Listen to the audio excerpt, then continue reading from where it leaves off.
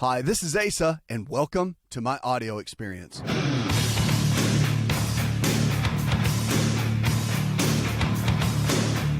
It's a new prescription for a new you, America.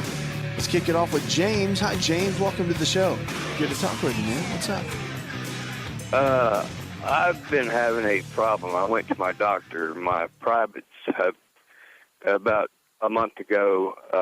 They swelled up and they were real tender. And I went to the doctor. She gave me these pills to take because she said it came from semen back up because I hadn't had sex for a year. Okay. And I'm 58, and right.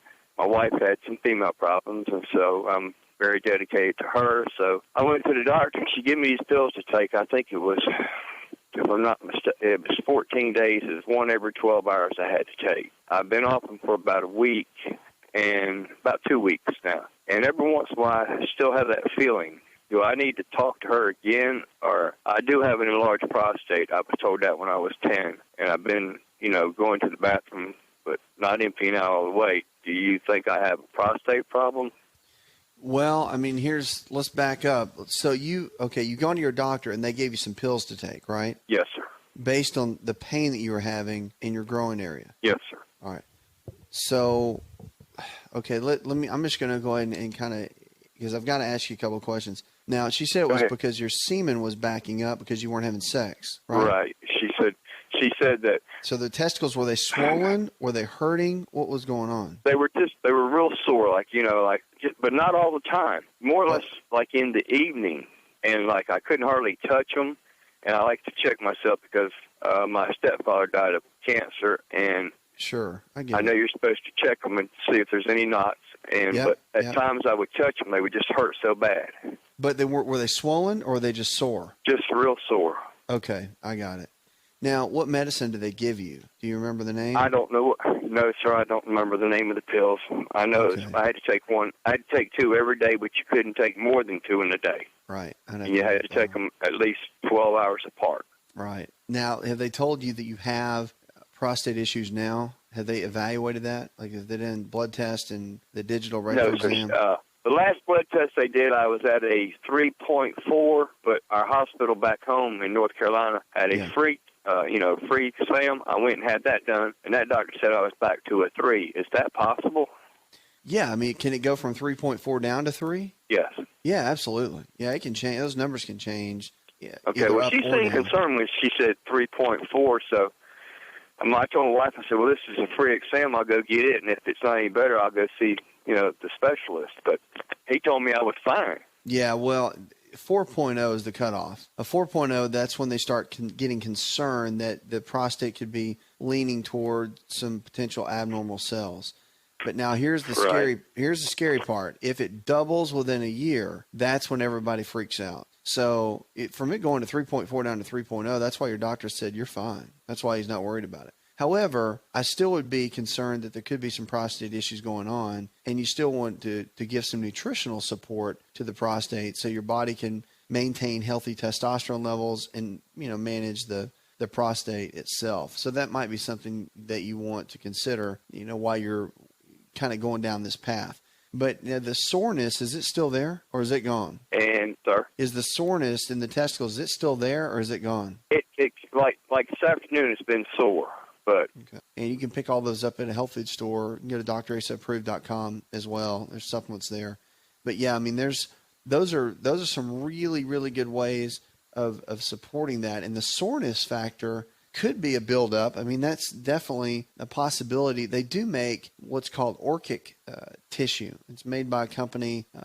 There's several companies out there. Rather, I don't want to give you specific company names, but you can go onto the websites and you can find it. But the orchic tissue, when you have testicular issues going on, can be beneficial to you, and you might want to check into that. But yeah, I think, could it be prostate? No doubt about it. I mean, they're all tied together, especially within that, and especially if you've had it going on for some time. Have them go into your physician and have them do the digital rectal exam, the regular exam, because I think the blood test is one thing, and it's a good variable, and it's good information, and it's very helpful. But it's really, really important to have a physician go in there and manually examine the prostate, feeling if it's smooth or if it's swollen or spongy or have nodules on it. I mean, there's a whole gamut of things it could be. And having them evaluate that it's just smart. It's good to do. And you want to do that every year. At your age, once you're over the age of 40, you want to get it evaluated every year and make sure there's no blood in your rectum and that whole 9 yards. Because screening for cancer, the big C word, and staying ahead of the game for that, it's critical, so critical. And for guys, it's kind of like women. Their biggest concern is breast cancer. Well, really for guys, ours is our prostate. It's kind of like the other one we need to really watch out for. But yeah, check into that and see. Nettle root, though, and the saw palmetto, pumpkin seed oil, zinc, all of those kind of cofactors and herbals, and they are really good for overall prostate support. And I really encourage you to look into that, as you go through this process, because it's just important. Keeping that prostate healthy as we age is vital. All right. Thanks for the call. 888-283-7272. Let's go now to Janie. Hi, Janie. Hi, how are you? I'm living well, darling. What's up? Well, I'm having a problem with I'm saying they're boils. They're in a very uncomfortable spot on my body, and I've probably had some off and on through my life, but these keep, like, one clears up, then I get two more, and then those clear up. And it's been going on probably for about a month.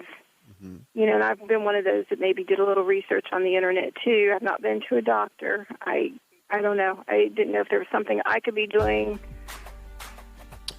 Well, I mean, the boils, when you say they're uncomfortable, where are they? In the groin area? Are they? On my bottom. On your butt. All right. My backside, yeah. On the backside. Yeah. A lot of times the boils can come up due to some bacteria that get on the outside of the skin, also internally. So two things you might want to consider. I would go to a dermatologist just to make sure that they can check it out so they can look at it. Again, skin conditions, you always want to have it looked at. And really work on the bacterial flora inside your gut.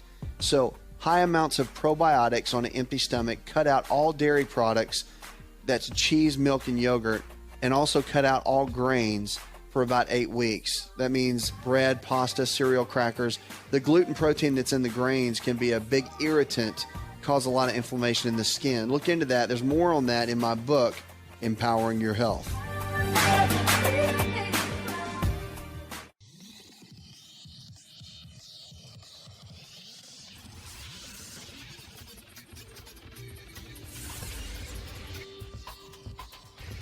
To find out more, connect with On Call Radio online at InShapeNetwork.com.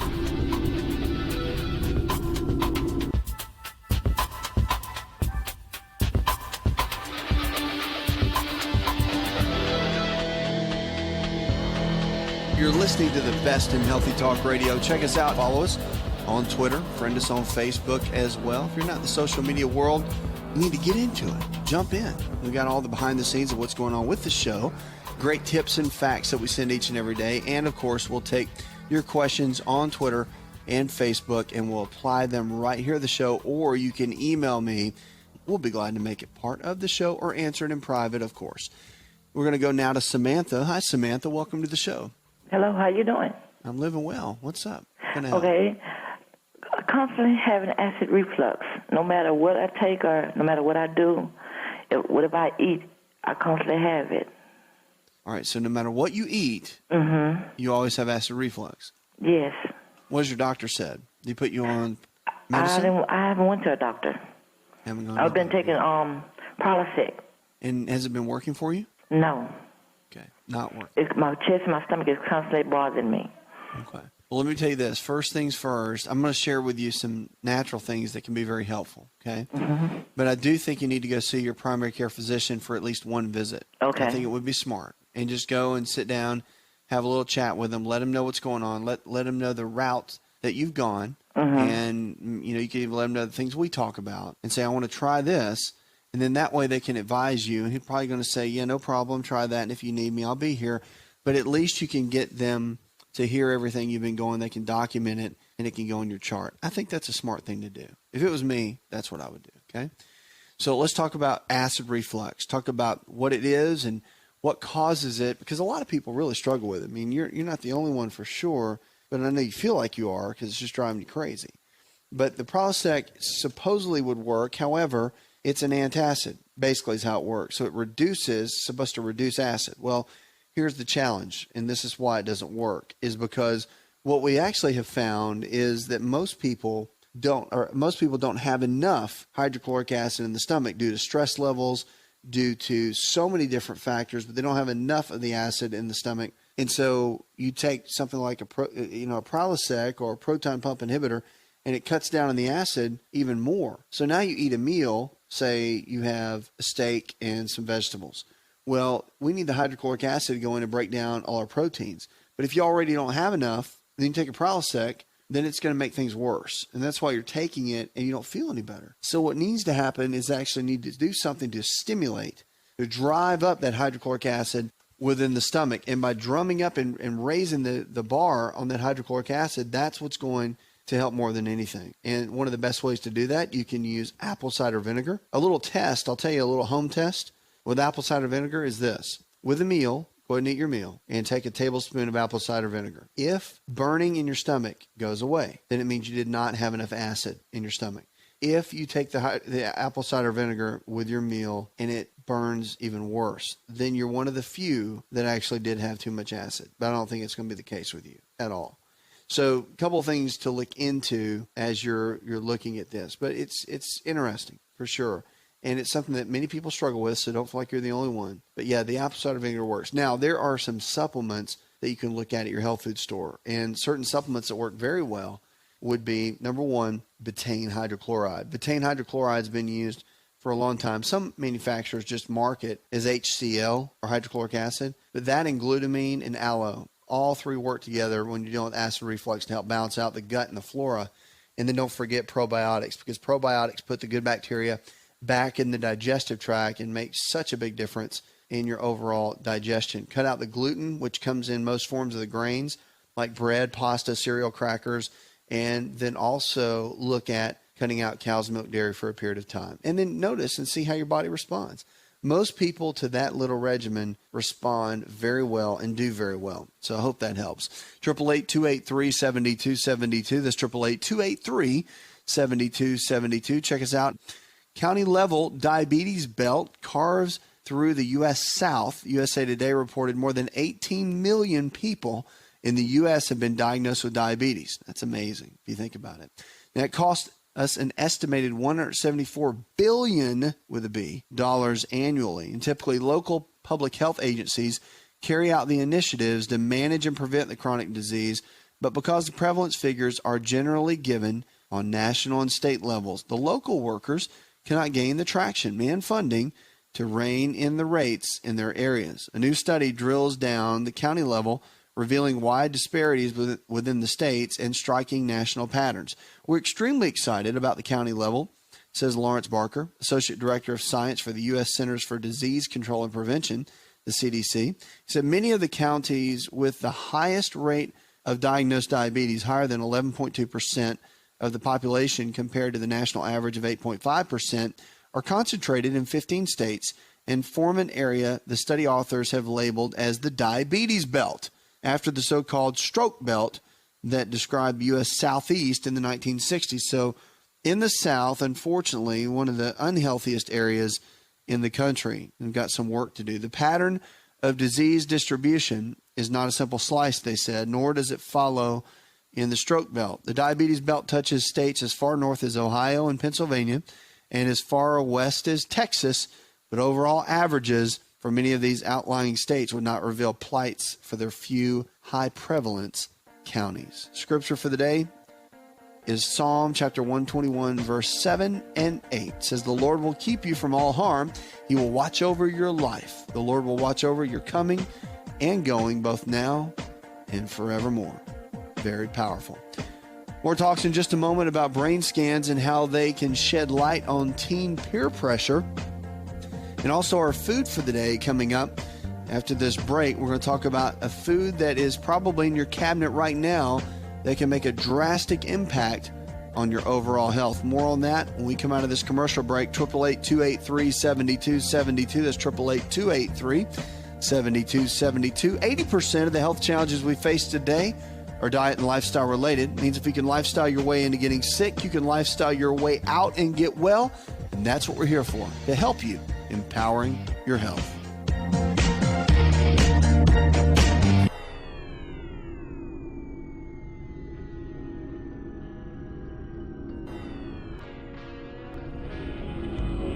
To find out more, visit the show online, InShapeNetwork.com.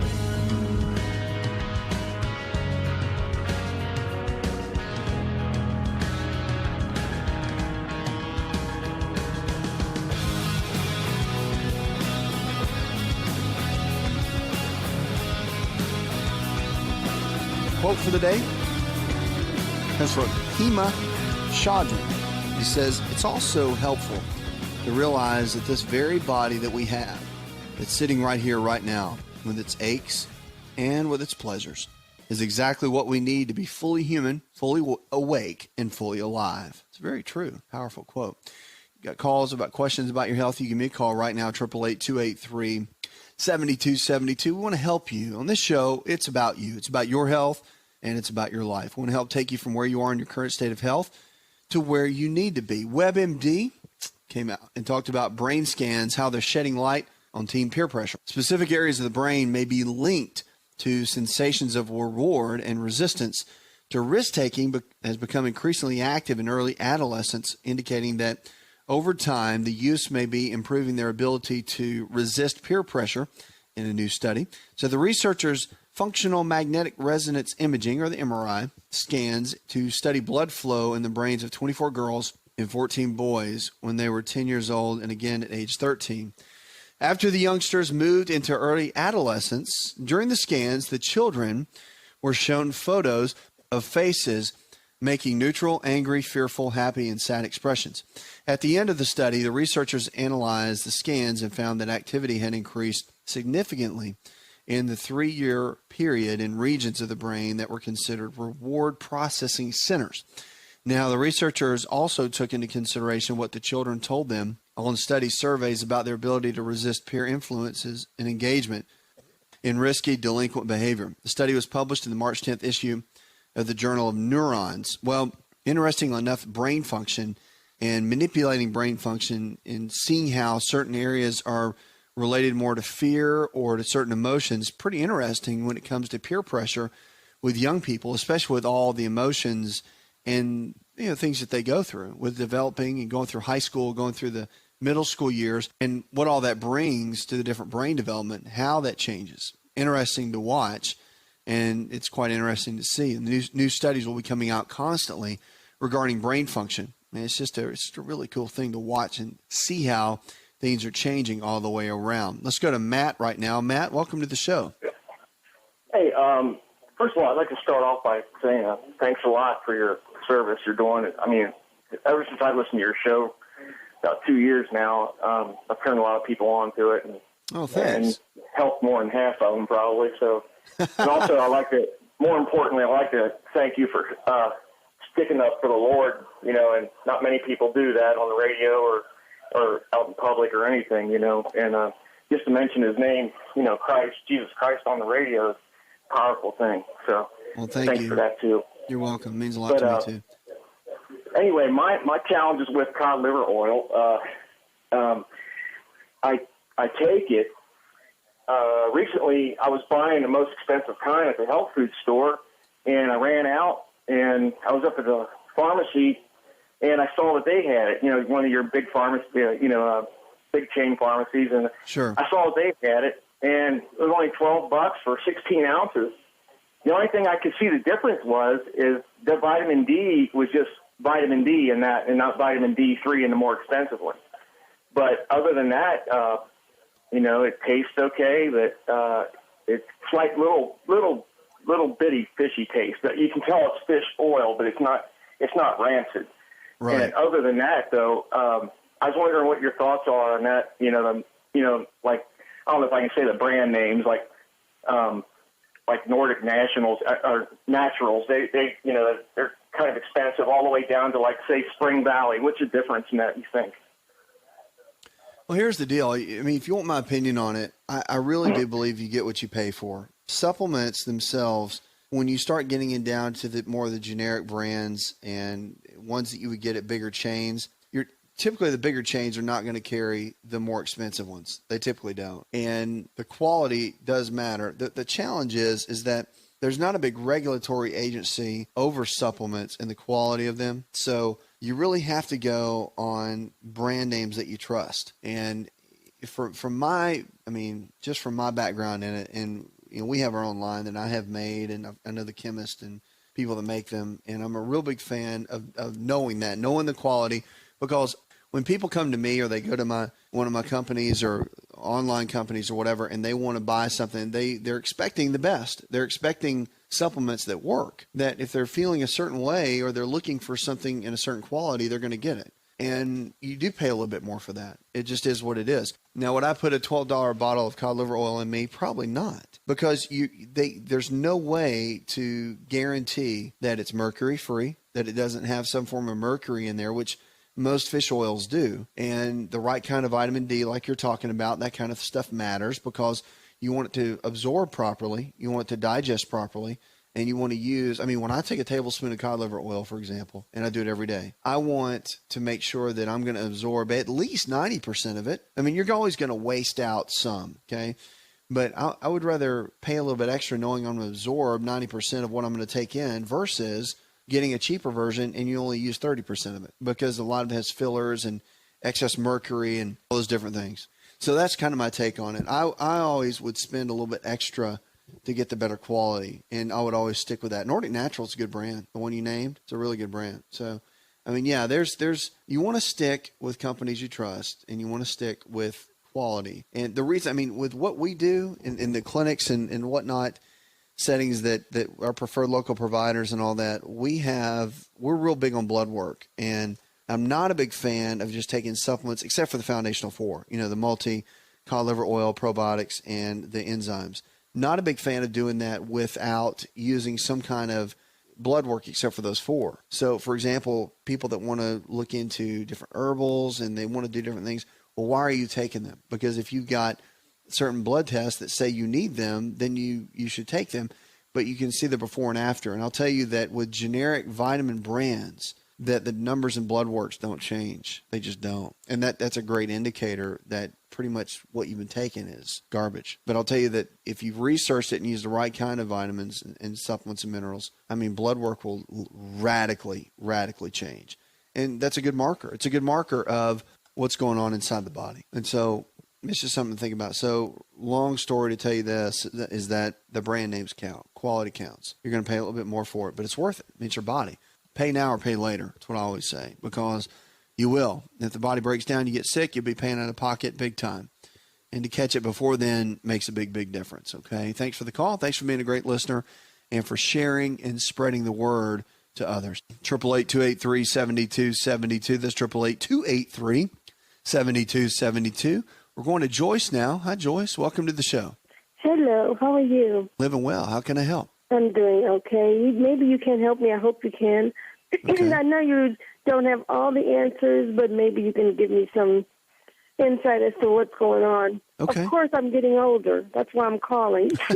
I never thought I would get to be 58, but guess what? I am. I'm like, oh, okay, this is not fun, because I have three things to ask you. Number one, I have a left knee that pops. I was sitting today. It started this about a year ago, but it just seems recently it's getting a little bit worse. I was just sitting. I'm in a class, taking a class, and I'm sitting, and I went to turn. This girl was talking, and my knee popped, and it was loud. And I just thought everybody heard it, and I'm like, uh-uh. And then I stopped, and, I got up, and like, okay, what's going on with my knee? And I wasn't even standing. I was sitting down and just moved. And my knee popped loudly. I'm like, oh, that is horrible. So what's going on with my knee, and what can I do to do something about it? It doesn't hurt, and there's a couple of things. There's a couple of things. Are you overweight?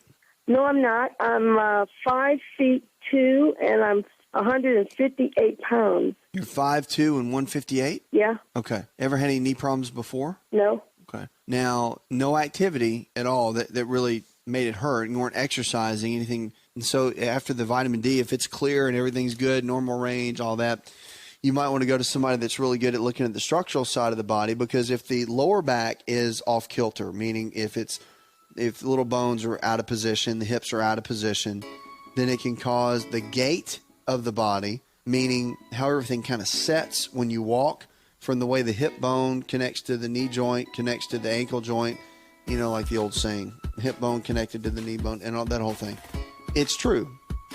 And so if those things are imbalanced, it could be causing your knee not to set right when you walk. And that could cause the imbalance, causing the popping and the clicking. A good physician, 2 of them to go to, either an osteopathic physician that's a DO or a chiropractic physician that's a DC, either one of those. They can look at the structural side of the body, analyze it, make sure that everything's where it needs to be, get everything lined up, and then you can go from there. But those are 2 things that I would look into. And cut out grains from your diet, bread, pasta, cereal, crackers, and look into taking plenty of omega-3 fatty acids.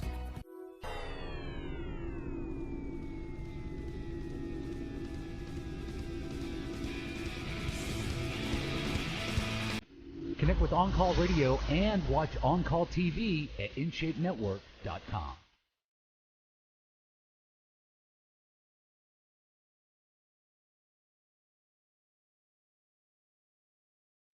You want to join us on Twitter and Facebook. Friend us on Facebook. You can. We want to encourage you to jump into the social media world. Stay connected with us. Get involved with everything we have going on here on the show. New TV show coming out right around the corner, so stay tuned. We'll keep you posted. Food for the day, one of my favorites. Food is our best medicine, don't forget it, are walnuts and walnut oil. Now, we talk about it a lot, and there's a lot of great benefits from them. We say, oh, yeah, nuts are good for us, and oh, they've got all these health benefits. But what really do they do for our body? And these are probably sitting in your cabinet right now. So let's talk about it. Walnuts and walnut oil.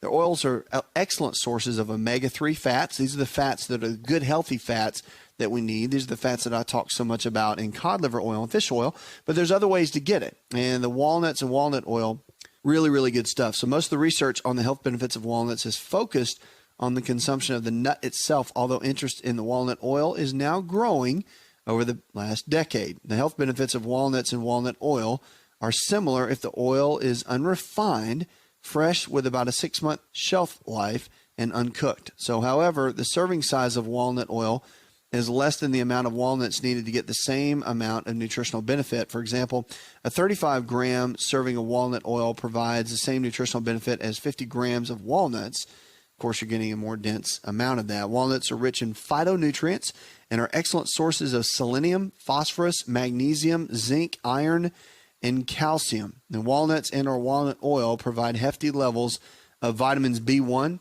B2, and B3, coupled with vitamin E and niacin. Now, the health benefits of walnuts were first identified in 1937, where researchers discovered that they were a significant source of vitamin C, which was the big craze back then. And over the last 70 years, numerous other studies that evaluated the effects of walnut and walnut oil consumption on mortality, disease prevalence, and disease risk factors have been performed, and it has now been well established that eating walnuts on a regular basis has a definite health benefit, the most significant of which is the reduction of the risk of coronary heart disease, which is probably the number one killers right now with Americans. They said adding walnuts to the daily diet can certainly help one maintain a healthful body balance. So get a handful of walnuts every single day. Also, guys, walnut oil and walnuts are very good for the prostate. So along with avocados, your friend is the walnut. So it's nothing wrong with grabbing a handful of walnuts each day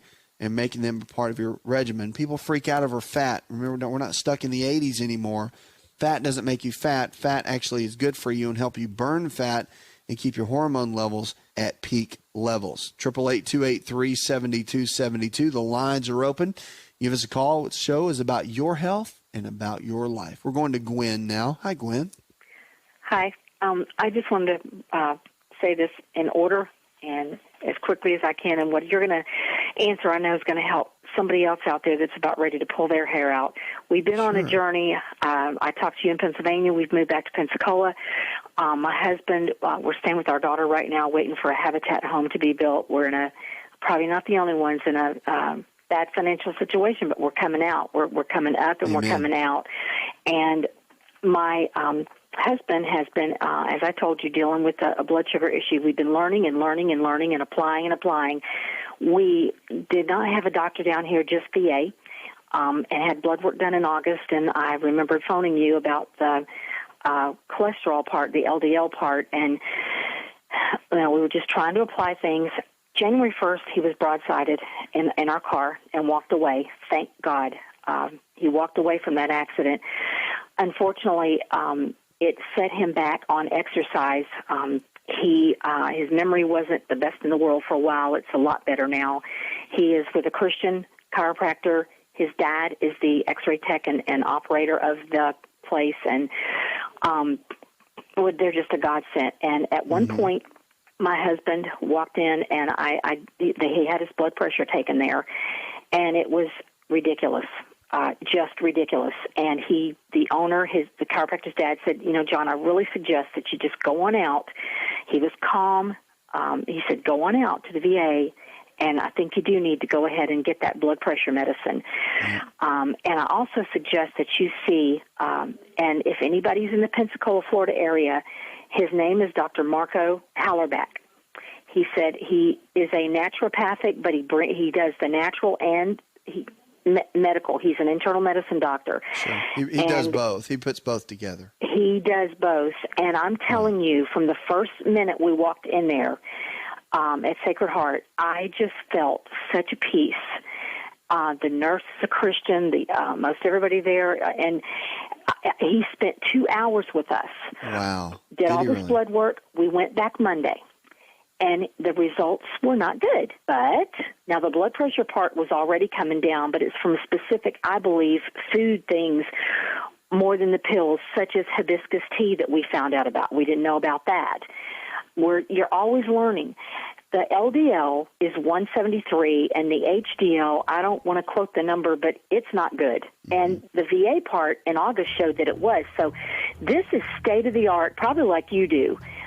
I mean, impeccable blood work that was done, and he is trying to come at this from he did prescribe a low-dose cholesterol medicine that he's about to get filled for a period of time, but his goal is to get him off of everything. And I was looking online, and this is where I was calling. There is a person called, anybody in New Mexico, Santa Fe, New Mexico, Dr. Stephen Rippich. He's an MD, CNP, the 30-day diabetes cure. I was looking at that, gaining more information about this book, and I am going to get this book because I have yours.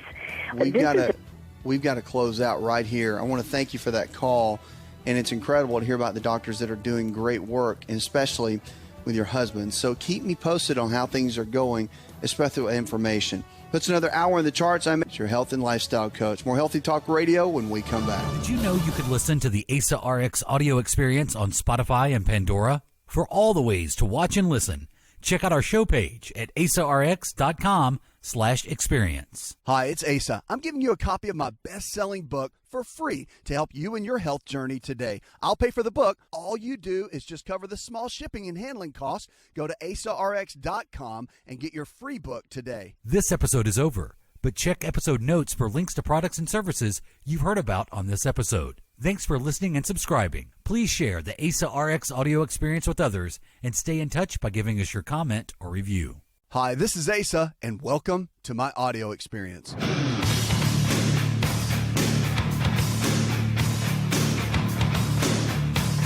What are you struggling with? Let's talk about it. Your health and your life. So many times we get stuck in our rut. We get stuck in choices that we think, well, I'm in my 50s or in my 60s, and maybe it's a little bit too late to get started. It's never too late to get started. Our health really is our greatest wealth. And I see so many people that can make the change, and they don't. And my hope for you is that you will. Is that if you need to lose 10 pounds, then you'll do it. If you have high blood pressure and the doctor's told you to start exercising because it will help, then you'll start. That if you need to start eating healthier and drop the cigarettes, that you'll get started. Maybe if it's not just for you individually, but maybe it's for those that love you, family members and friends and coworkers that need you to be healthy. That's what we want. We want you to be healthy, and because really, no matter how bleak life may seem, we really do need you. There is only one you, and no one else can replace you. Although you may think they can, they can't. And the greatest gift you could give all of us, I think, for any person is to be healthy, to make better habit choices, to eat better, to live better, to think better, and then your life can be better. That is really the bottom line. On this show, That's what we want to help you do. Make better choices, understand which direction to go, and then get going. And we'll hopefully be that kick in the pants to help make that happen. 888-283-7272. Give us a call or go to the website. Chris in Salem, Oregon says I'm 33 and in relatively good health, other than I need to lose about 15 pounds. I was wondering what you recommend we starting with. Well, it's a great email. Because the reality is that's where about 70% of Americans really are, maybe even more than that. It's that 15 pounds and needing to really create change. First thing you've got to do is you've got to want it. I tell everybody that, because if you don't want it, if you just wake up one day and you get excited, you watch some exercise video, guy with abs, and you think, I want abs. What am I doing with this spare tire around my waist, right? You get that, you kind of get that feeling. And you think, well, what am I going to do? I just go out and start walking? Do I get some abdominal rolling machine? What do I do? Here's the basics. Decide you want it, because there's going to be good days and bad days. There's going to be days where the guy with abs doesn't really matter anymore, that you really want to follow a good game plan. I'll tell you that one of the big keys in this is getting a good nutrition plan, first and foremost. And here's what that means, because I know there's a lot of diets out there. I get that. The basics of what you want to focus on, you want to keep everything mostly in balance. Make sure you're getting 25 to 30% of your diet in healthy fats. Bar none, that is what most experts would agree on now, because a diet that has good amount of healthy fats in it is going to keep your hormone levels where they need to be. And really, that's critical, because if your hormones drop, then everything's going to drop, and you're not going to be able to get the lean body tissue that you're looking for. Everyone thinks fat makes you fat. It doesn't. So, Chris, I would tell you in this, to really, if you're wanting to start on your journey, you get your diet right first. Okay, that's the key. So focus on equal amounts, roughly, of lean quality protein sources like chicken, fish, beef, or eggs, low glycemic carbohydrates in the form of fruits and vegetables, and then your good healthy fats, your almonds, your walnuts, your cashews, your avocados. Getting those in balance gives your body a little bit of everything that it needs. You don't go heavy on the carbohydrates. Don't go heavy. Definitely get out of the sugar bandwagon and cut down the sugars. All that makes such a big difference in your overall health. So that's the first piece. The second is you have to exercise, period. So get your body moving on a regular basis. And if you haven't been exercising, then it's time to start. Literally 15 minutes a day to 20 minutes a day is all you really need if you do it vigorously. It has to be done with intensity. You can't get out and lollygag around. You've got to get your body moving. So if it's walking, if it's jogging, if it's riding a bike, you want to do it with passion. That's a key. Do it like you mean it. That's one of the biggest issues. I always tell people, you ever see somebody that gets excited about eating a pizza? They eat it with passion. I mean, it's like unbelievable. Well, with exercise, you've got to get out and do it with passion. You can't just halfway through it. It will not give you the benefits that all the studies talk about. You have to put some intensity behind it. And then I would say the third one to really get focused on is monitoring your environment. That's a key. Your environment is a key. And I mean emotional toxins. I mean toxins in the environment, your water supply, personal care products that you put on your skin that can alter hormones. I mean, there are a multitude of reasons to really be focused on more of the organic skincare products, to focus on drinking purified water and controlling what is somewhat, it's controlled in the environment, but there's limitations put on it. So we know there's certain chemicals in the water and things in the food that potentially over time could build up. The Environmental Working Group has stated that on their website with all the different known chemicals that are in the different areas, and personal care products too. So again, you can't live in a bubble, but you can create as much of a bubble as possible to be able to protect you and your family. But for you losing the weight, sometimes hormone issues can be that barrier that's keeping you from really reaching those goals. And that's one thing to really get in and focus on, is to make sure that you've got a little bit of everything that you need there. So those really, I would say, are the big three that you can focus on. So getting a good nutrition plan in order, exercising 5 to 6 days a week, 15 to 20 minutes vigorously with passion. And then third is to monitor your environment. Those three keys right there can make a big difference in you getting the results that you're looking for and heading in the right direction. 888-283-7272. Let's go to Paul now. Hi, Paul. Been having a real bad case of heartburn of late. Don't understand what's causing it. Well, heartburn a lot of times really can come from a couple of different areas, but mainly you get a lot of heartburn when the body's not breaking down the proteins very well. And if you don't have enough hydrochloric acid or you have too much hydrochloric acid in the stomach, that creates a reflux. The theory typically right now for many people is that if you don't have enough acid, then there's not enough HCl in the stomach to break the proteins and fats and that sort of thing down. So it creates a refluxing type action, and that's what creates the discomfort. So that really is the first piece to focus on. All right, so you have that, and then you can do a little test that's pretty basic. You can take apple cider vinegar, and with apple cider vinegar, you can take just a tablespoon of it and take it with a meal. And with apple cider vinegar, if it burns, then that means you have too much stomach acid. And if it makes everything feel better, it means you didn't have enough, and that getting more stomach acid or HCl, increasing hydrochloric acid through supplementation or using apple cider vinegar or other natural means can be very helpful to help you break the proteins down. But that typically is what causes it. Cutting out a lot of the processed foods, breads, pasta, cereals, crackers, a lot of the conventional dairy for a short period of time typically can be a great help as well. All right, but look at that. And of course, if your doctors put you on medications, you want to check with them on that. We'll be right back.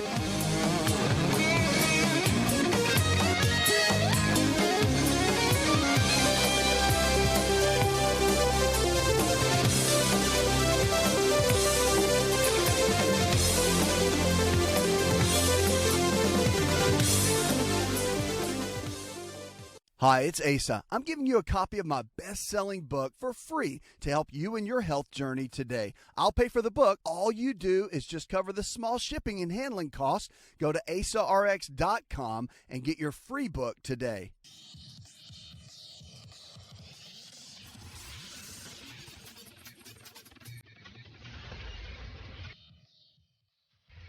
To find out more, connect with On Call Radio online at InShapeNetwork.com.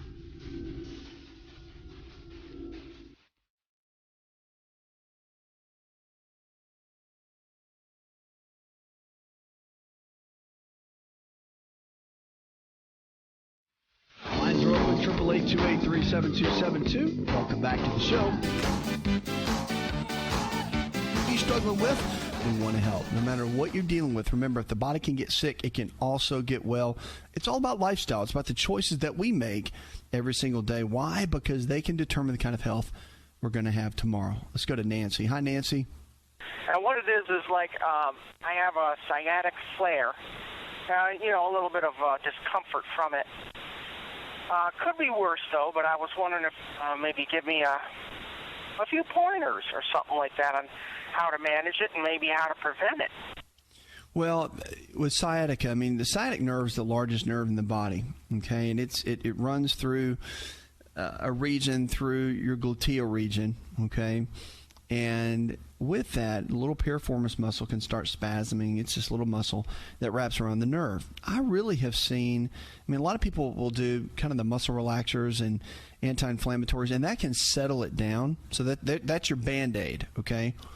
But to really get to the root cause of it, a lot of times there is a dispositioning of the pelvis, the hips.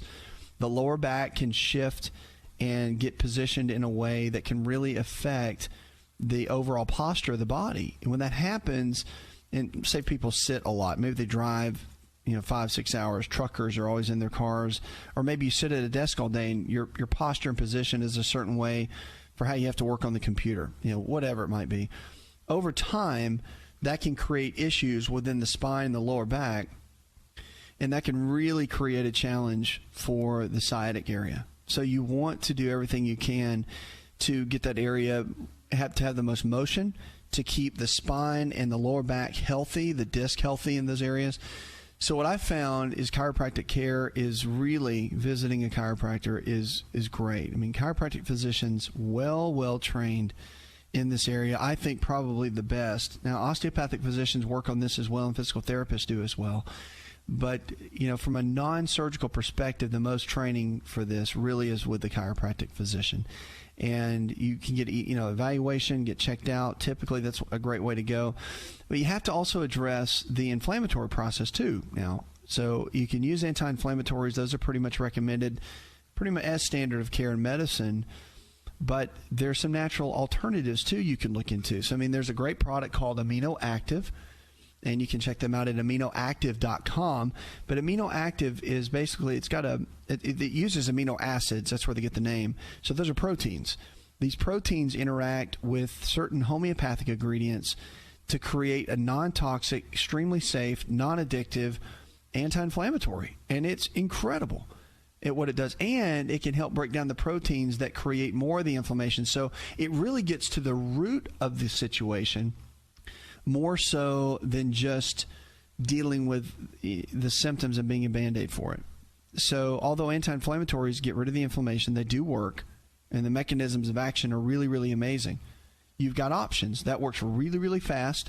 Then you've got a natural option you can look at too. So look at those and make the best choice for you. But don't forget that those are supplements and medications. You have to look at your overall lifestyle too. So maybe not sitting as much at work. Maybe it's standing at your desk, or you create a different desk situation.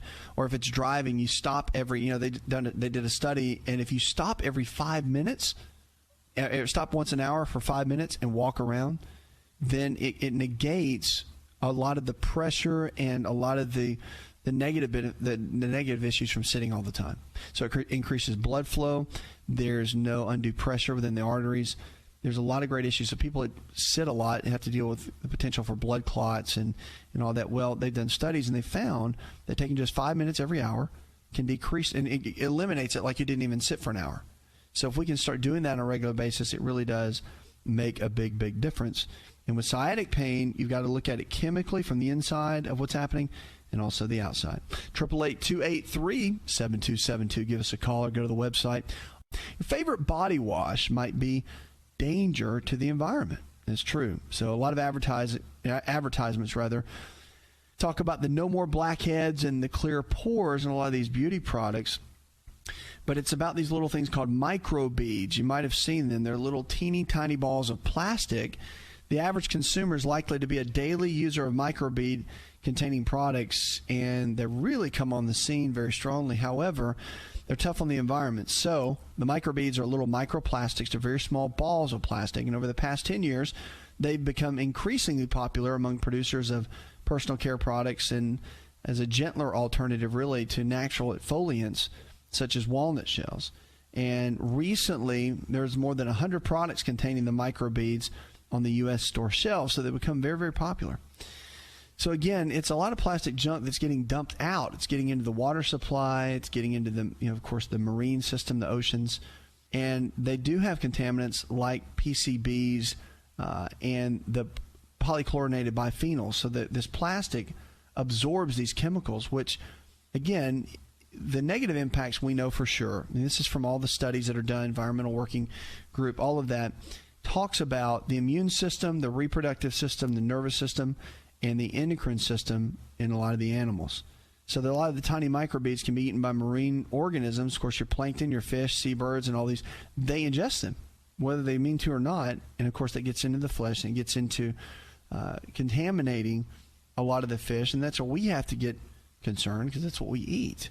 So, again, what's being done to help? There's a little bit of, I guess, of a foundational effort to come in and look at this. There's an actual campaign. So Unilever, which is a company that said they would stop using plastics of all kind in its products, and Procter & Gamble, Johnson & Johnson, Colgate, and L'Oreal have also made pledges to fade all these microbeads out of the products in 2015, which is great. So a lot of the efforts and the initiatives to do that is good, but what you can do is not use the products and at least keep it out of the waterways, put it in the trash, and not using it so much to go down the sink. I don't really know how you do that. I guess you could kind of wash your face over a trash can, but it seems like it'd be a little bit extreme. But at the same time, do everything you can to keep it out of the environment. More importantly, for all of us. We'll be right back.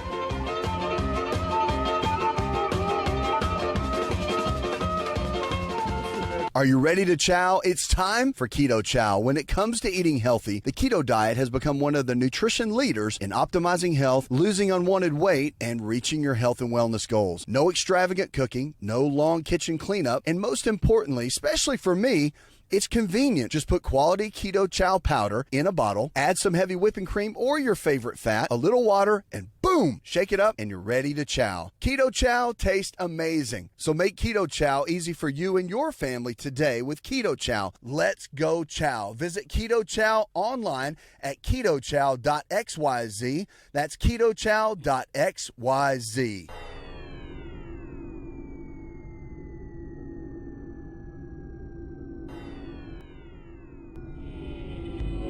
To find out more, visit the show online, InShapeNetwork.com.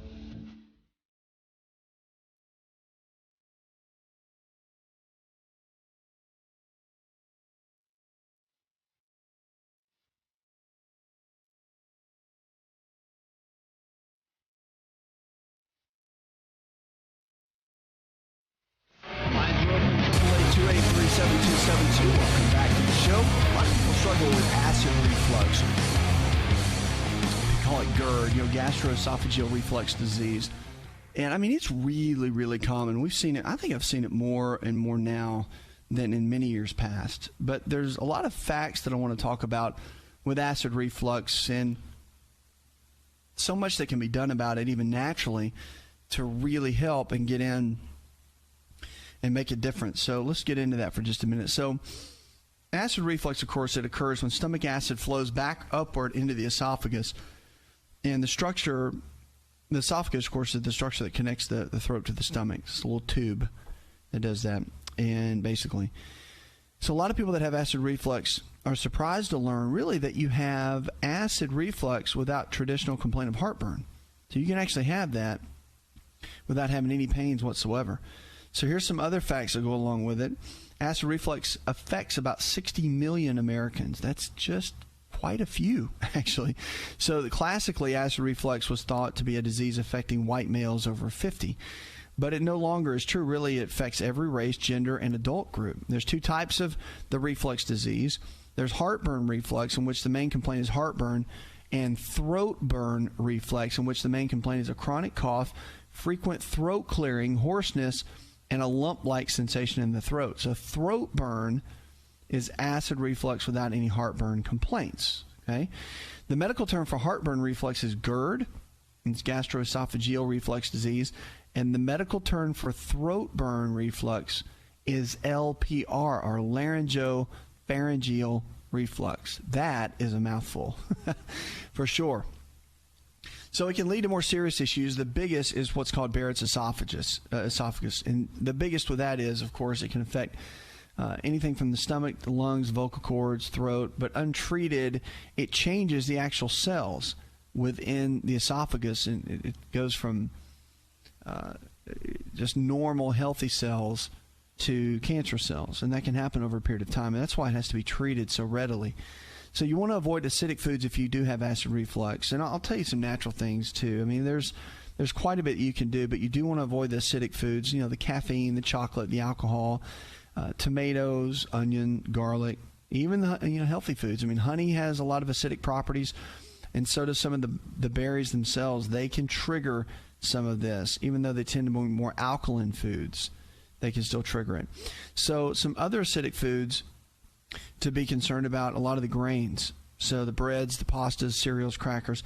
A low-acid, high-fiber diet is really what's recommended. So all three macronutrients can reduce inflammation. So you want to make sure you get good lean-quality protein sources, okay, and then low-glycemic carbohydrates, and then your fruits and vegetables, getting everything into balance.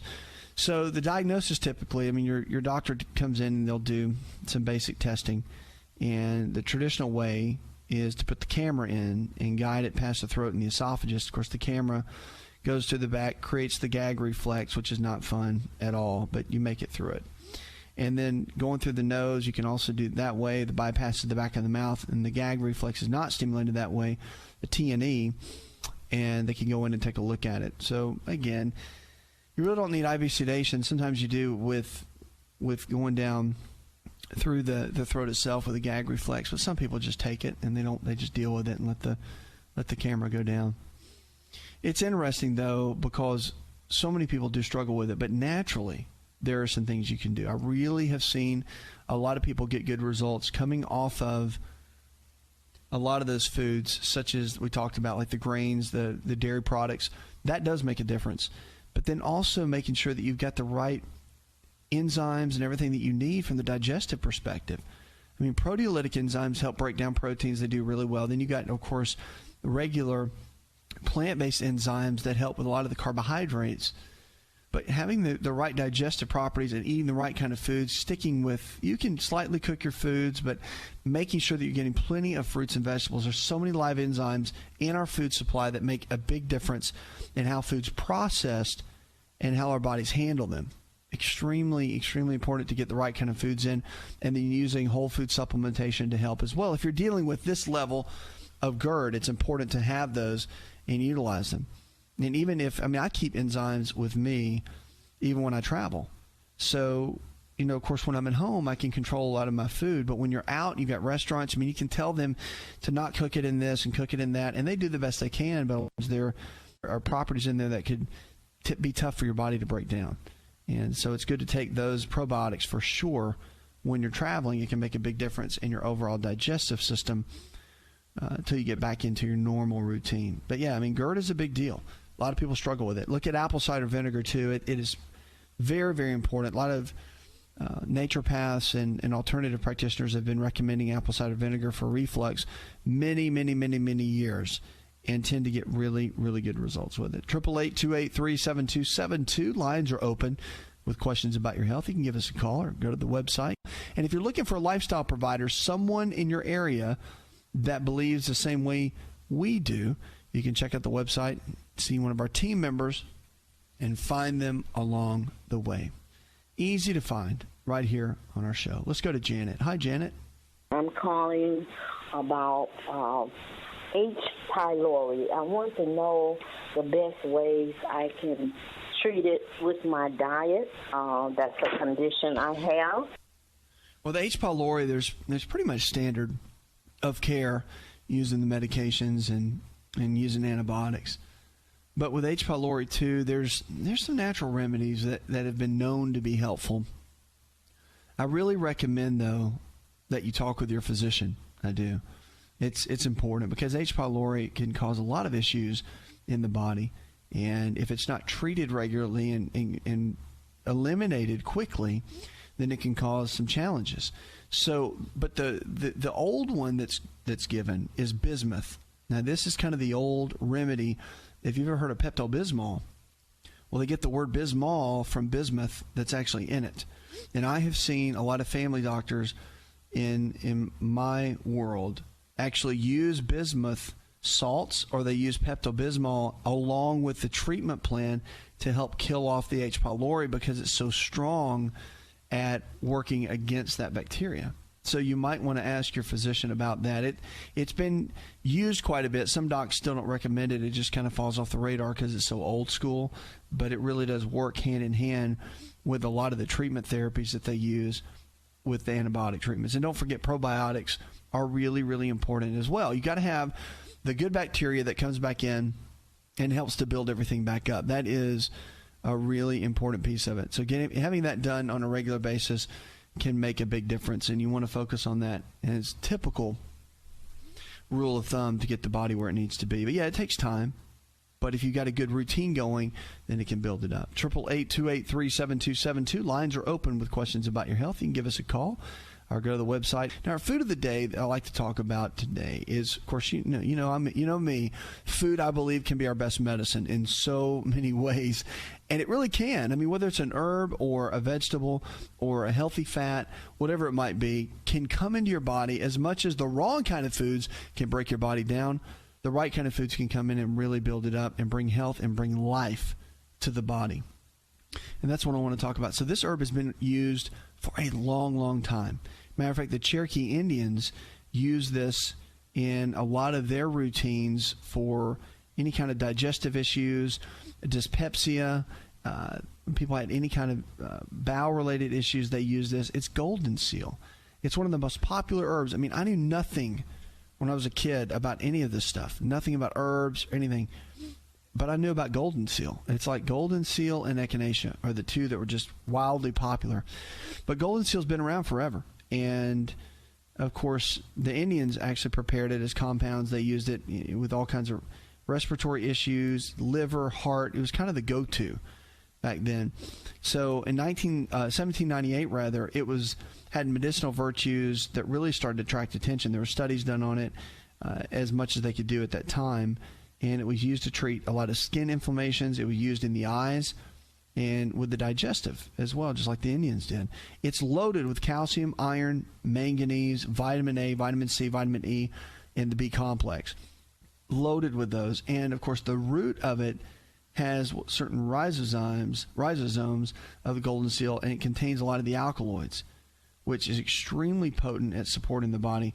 Now, berberine is the most likely responsible golden seal effectiveness component alkaloid against bacteria, protozoa, fungi, and streptococci. So, I mean, it's got incredible properties.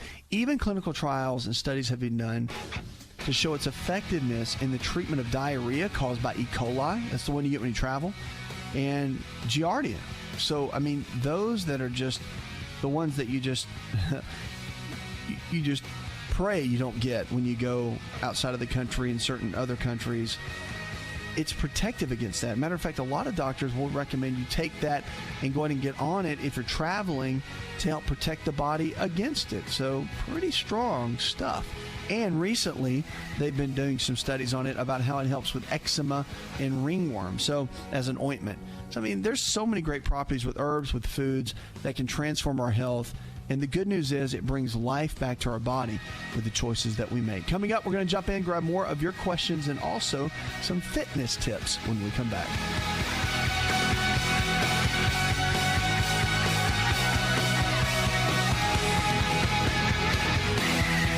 Did you know that you can listen to the Asa Rx audio experience on Spotify and Pandora? For all the ways to watch and listen, check out our show page at asarx.com/experience.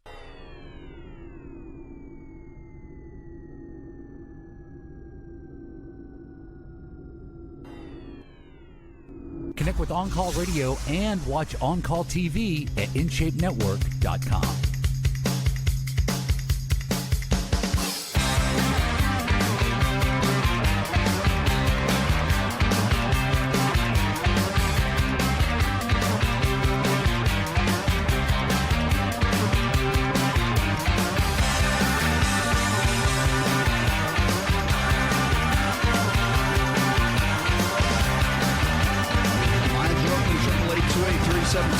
Welcome back to the show. Check us out on the web.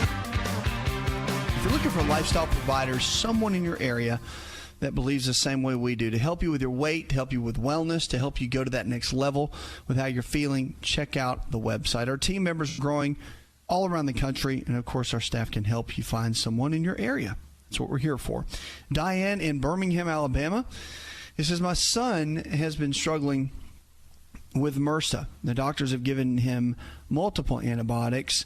Is there anything that you would recommend? Well, with MRSA, you really want to follow what they're telling him because, again, the MRSA gets resistant, obviously, to antibiotics, but they usually can test and find which ones can help. So I'm sure they're working through that. One thing I would ask the doctors for him is to make sure that he's taking a good round of probiotics, the healthy bacteria, to make sure as he's taking so many antibiotics, it's wiping everything out. But the probiotics put back in the good bacteria so that the body can really thrive and do well. And a lot of times, if they're not added back in, the immune system doesn't really shine as much as it could, and everything doesn't work the way that it needs to, especially when you're dealing with something like MRSA. So I would simply just ask and make sure that's okay. But typically they're going to, most of the time they even give those regardless. Now it's almost become a standard protocol, standard of care.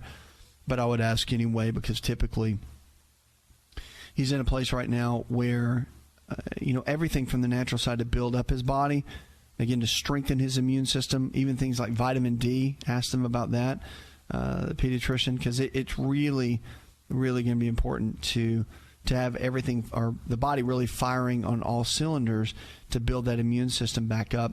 And typically those are some of the basics, have good evidence support behind them from the scientific community, and they should be pretty much okay with that. All right, 888-283-7272. Lines are open. Give us a call. Go to the website. Jake, you're with us. How can I help? I'm 64 years old. I just don't know and I know I've got low T, and I haven't had any medical since '04, so I'm going to be getting some medical shortly here. I want to know what I can go with this. I need both the treatments if I can get them. Well, yeah, I mean, low T is quite the challenge, no doubt about it. But you're going to need to get the testing done so you can find out the numbers, because the numbers are going to be everything. It's going to help you understand where your body is. But then from a natural perspective, I mean, you're going to have two roads to go, because testosterone can be low due to stress. That's for sure. And you can just take testosterone, whether it's with a pellet or a shot or a cream, or you can work on building your levels up naturally. And the challenge with the whole thing is if you take testosterone and your body's low in it and you just start taking it, then the body becomes really lazy on its own. And it starts shutting down even the little bit of production you have. It'll shut down even more. And you become completely dependent on the hormones to feel a certain way, to have the same kind of lean body composition.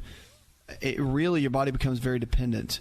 And so you want to do everything you can to do it on your own to build up those natural levels.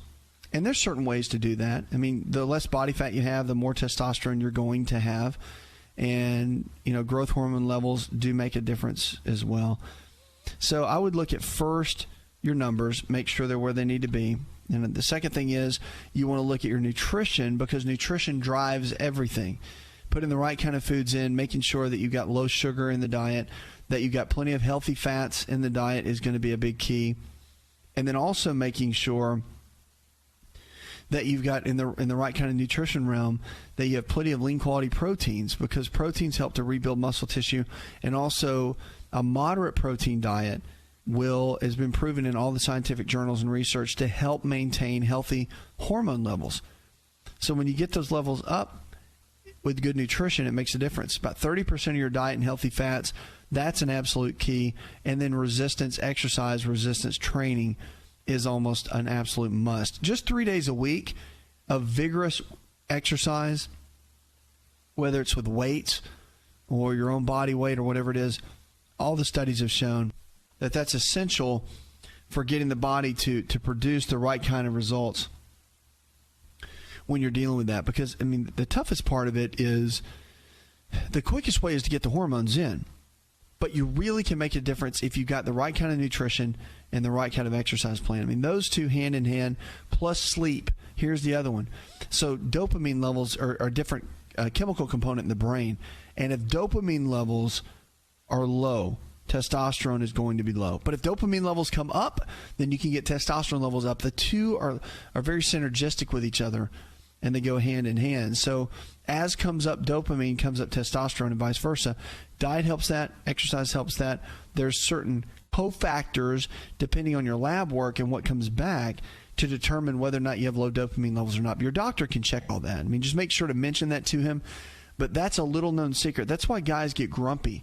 Have you ever seen older men? They say the grumpy old men, that whole concept. Great movie, by the way. Hilarious.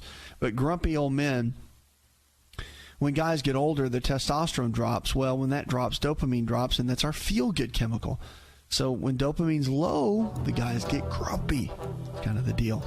So focus on lifestyle habits. You can make some of the biggest turnaround in those areas. Puts another hour in the charts. I want to thank our producer, engineer John Garrison, and the rest of the team. Go tell one person something you learned on this show. Together, we can transform the health of our friends, our families, and our communities. You're listening to the show that helps you get well, stay well, and live well, where we're diagnosing hope one person at a time.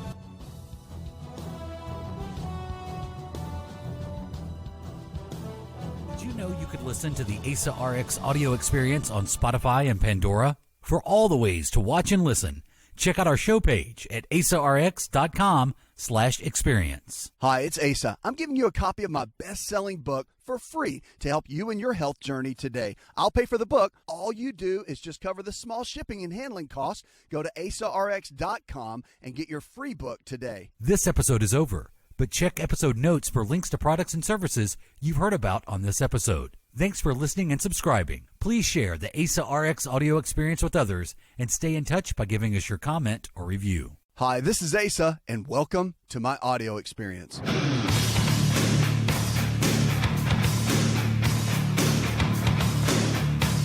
So our lifestyle is what matters more than just about anything else. So our lifestyle determines the kind of health we're going to have. And so the foods we eat, air we breathe, the water we drink, the exercise we get, the stress we manage, all of that matters. And so creating a plan that you can balance is really the ultimate key. And that's what will give you the key to an amazing life, as well as to be able to do that. So I encourage you to walk in that path, because you can do really, really well if you're making the right kind of choices. Let's go to the phones and talk to Ned. Hi, Ned. I have sores on my head that won't go away. And I have knots like at the bottom of my skull that just came up like today, and I have them in my groin area like knots. And I was just wondering, I've had this sore for about 6, 7, 8 months. I would go in and just have your dermatologist look at it, because those sores could be several types. And when you start talking about skin, someone really needs to look at it and take a peek. Because looking at the actual sore, analyzing it, seeing the location, really that's what you have to do with skin conditions. I mean, there's a lot of could-bes that we could actually get into, but it's really a waste of time. I would go and definitely talk to them and just get in with your family doctor, or because a family doctor will probably give you a good overview, but if it looks pretty detailed, they may send you over to a dermatologist for a specialist, and at least you can get a good thought and good move there with what to do, because it probably can be remedied pretty easily. They've kind of got an idea, but I just would have them look at it first and foremost. Good thing to know is this, though. I do want to tell you this, is that skin conditions come from the inside out, not the outside in. So there is something internally going on, probably in the digestive tract, that is what's leading to a lot of this. So you want to have that looked at first. That is a big key. All right, 888-283-7272. That's 888-283-7272. Lines are open. Give us a call or go to the website. Being a father is a great joy in life. They've done a study, though, which I think is really interesting, and this is I'm gonna talk to you about this and just see what you think. So, a new study looked at Finnish men, who became fathers of at least one child before the age 25. And they said that men who are fathers before the age of 25 are more likely to die in their middle age. Younger men were less likely to have planned for children and need to become breadwinners quickly to support their new families. Study lead author Elina Inio, who's a postdoctoral researcher at the University of Helsinki in Finland, said suddenly taking on the combined role of father and breadwinner may have caused considerable psychological and economic stress for young men not ready in his new role. Researchers wanted to understand better why these studies have shown similar patterns, and using the census data, they drew a sample of 10% of Finnish men born between 1940 and 50s. This is how far back they went. What's interesting is overall 5% of the fathers, or 1 in 20, died in their late 40s or early 50s. The most common cause of death was heart attack, alcohol-related illnesses. See, they were going to the alcohol, handling the stress, managing the stress. And the death rate sounds high, but they said life expectancy is pretty average for high-income countries. And for the fact that men were born after World War II, especially in a traumatic era in Finland, the war effects had largely waned by that time, so that wasn't a major impact on them. But the findings, they said, for these men, it says, whatever the case, it's important for young men to wait until they're sure they're ready for the responsibilities of fatherhood. Some young men can be pretty mature at an early age and others not at all. So it depends on the maturity level. But yeah, it will raise your stress level, no doubt about it. And be sure that you're ready financially to take care of bringing a child in. So that is definitely a huge piece, and it's one of the greatest joys, probably, if not the. And so being ready for that, it's going to bring stress no matter what. I mean, it just is what it is. It's life, but it's a wonderful stress, and knowing how to handle that and walking with that, it just takes. It's a learning curve for anyone. No one gives you a manual on how to do it. 888-283-7272. Give us a call or go to the website. If you haven't found our lifestyle provider, someone in your area that believes the same way we do, all this nutrition and lifestyle-based care we talk about, go to the website. We've got team members that are always standing by to help you. Our lifestyle providers always there to help you, and you can find great information there, people to help you go to that next level. I'm pretty excited about this. Cancer rates continue to decline in the U.S. So we rant and rave all the time about how cancer is one of the leading causes of death, and it is. It's almost trumped heart disease. It's close, not there yet, but it's close. And they say cancer death rates continue to decline in the U.S. because of a lot of the anti-smoking efforts, which has cut down the lung cancer deaths. By the way, if you ever look this up and you're wanting to know the death rates and which is the greater and that sort of thing, the lung cancer rates, do you know that that's the number one killer? 33%. Lung cancer. Everything else is like prostate, 6%, colon cancer, 8%, right? So we hear all these other cancers that are devastating. Pancreatic cancer, 3% or 2%, something like that. But lung cancer, 33%. It is the number one that can take you out from a cancer perspective. So the four major cancers are lung, colorectal, breast, and prostate. And 2/3 of them are on the decline. So I'm pretty excited about that. It's exciting. So you think about, just so you know, the alternative world, traditional world, there's all kinds of debates. Everybody gets frustrated. They think money's not being used right. But I know quite a few people in cancer research that I've just met and colleagues that do great work. I mean, amazing work. American Cancer Society, National Cancer Institute, U.S. Centers for Disease Control and Prevention. All these folks have, of course, monitor and manage a lot of this, and they manage the funds and the studies that go on. But there's been some great research done and accomplished. So as much as the alternative guys, which I like the complementary medicine, I'm into natural-based things very much so, as you hear the show. But I also get excited when money's being put to use and people are seeing some good things happen. So very exciting to see that it is on the decline. The big challenge is what I'm not fired up about, and I get kind of fired up about, really fired up about, is the fact that obesity is on the increase. I mean, it's crazy. It's almost at 70% now of Americans are overweight. Really? 70% of Americans are overweight. That is crazy. We have to do something about it. I am definitely on a mission. You can't get around me very long and not deal with that, because I will definitely bring it up. It's a big deal because it's taking us out.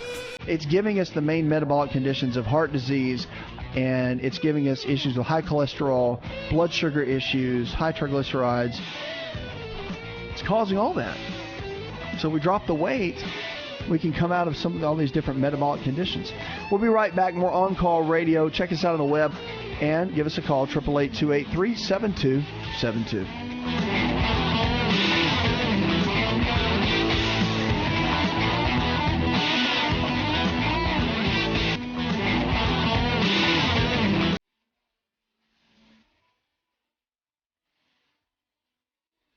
Hi, it's Asa. I'm giving you a copy of my best-selling book for free to help you in your health journey today. I'll pay for the book. All you do is just cover the small shipping and handling costs. Go to asarx.com and get your free book today.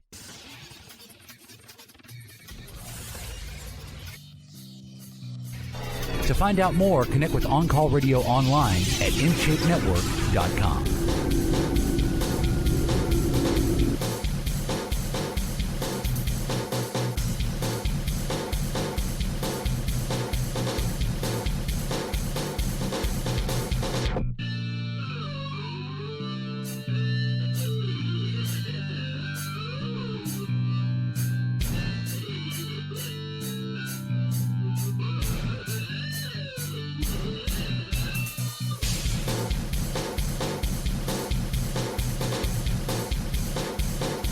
Whatever you're struggling with, remember, if the body can get sick, it can also get well. It's about lifestyle. So The choices we make every single day will determine the kind of health we're going to have. It's critical. It's vital that we make the right choices. And our health is our greatest wealth in every aspect of it. So we have to make the right choices each and every day. Let's go to the phones and talk to Janet. Hi, Janet. I've been taking vitamin D3 for low vitamin D, and I've been taking it for a while, and now my calcium is high, and I'm afraid it's damaging my blood vessels, and I want to know how to get that calcium down quickly so I won't harm myself, because I know having prolonged high calcium, it damages your blood vessels. Right. But the offset to that for the high calcium is vitamin K2. And you get plenty of K2 in your greens, no doubt. Like if you eat salads with spinach or kale, or turnip greens, anything like that. If you do that, you're going to get a lot of vitamin K2, which makes the calcium more utilized, and it keeps the vessels more pliable. So that's pretty important. But another area you need to look at, too, that I think is pretty important, is making sure your vitamin D is the right quality. So whole food-based vitamin D is important. And again, I'm not big on excess calcium supplementation or anything like that, because if you're getting 2 or 3 green salads a day and you're eating nuts and seeds, and if you're eating some dairy, which dairy's not that big of a deal, I'm bigger on the green vegetables for the calcium levels, then you should be getting just enough. Your body can take what you eat, and it has its own buffering mechanism. So the buffering mechanism works really well, and it supports the body. So you don't have to be overly concerned. What I would be concerned about is making sure you have enough K2. That's what goes in and balances everything out, and that's what's a big key. All right. More information, too, is at our website. I've written articles on that, and you could probably go a little bit deeper if you wanted and spend a little more time with it. 888-283-7272. Give us a call. If you haven't checked out our lifestyle providers, check it out. You'll find all kinds of healthcare providers in your area that believe the same way we do. All this nutrition and lifestyle-based care that we talk about is there to help you. So regardless if you struggle and you want to know what to do, and they can help you. Of course, our team members are there each and every day to take you to the next level with your health and with your life. It's a key.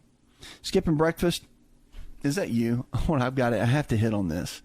So many people that we talk to, emails, they're like, I don't want to eat breakfast. I just want to drink my coffee and eat a donut. And I'm like, really? We're still doing that now? We're still doing that. We're still skipping breakfast.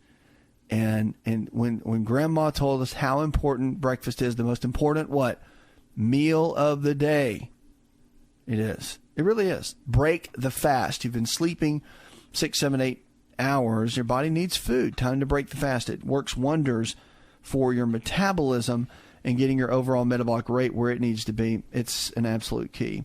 So skipping breakfast, you don't want to do that if you have type 2 diabetes. You're running out the door eating something that's at a high sugar level like that bagel or bowl of cereal. Don't do it. You always want to have equal amounts of lean protein sources like chicken, fish, beef, or eggs, low glycemic carbohydrates in the form of fruits and vegetables, and then your good healthy fats, your almonds, your walnuts, your avocados. Having the right kind of foods in the right way, in the right manner, will make a huge difference for you. And that's what I would focus on. I would focus on getting the right kind of foods in on a regular basis. And there's been studies done on this. And, of course, there's a high relevance of skipping breakfast right now in the U.S. The high blood sugar levels after meals are strongly associated with a rapid decline in what's called beta cell function. So the beta cells are cells in the pancreas that produce insulin, which is a hormone that's necessary for the body to use carbohydrates in food as fuel. So high blood sugar peaks, and also with earlier development of heart disease. So you can really start packing on not only the pounds, but you can really start affecting the body toward diabetes in a negative way. That's what you don't want to do. So keep everything simple. Keep some of the healthy fats in your meals. You want to do lean quality proteins definitely at breakfast. You need the protein. And go easy on the carbs. You don't need 3 biscuits and 2 donuts and a big glass of orange juice. You don't need all that. That's old school. It's old thinking. What you need is more of like 2 eggs, a bowl of fresh berries, maybe some green tea, and say a tablespoon of fish oil or maybe a handful of walnuts or almonds. Now that is a great breakfast. You can even add more eggs, than that.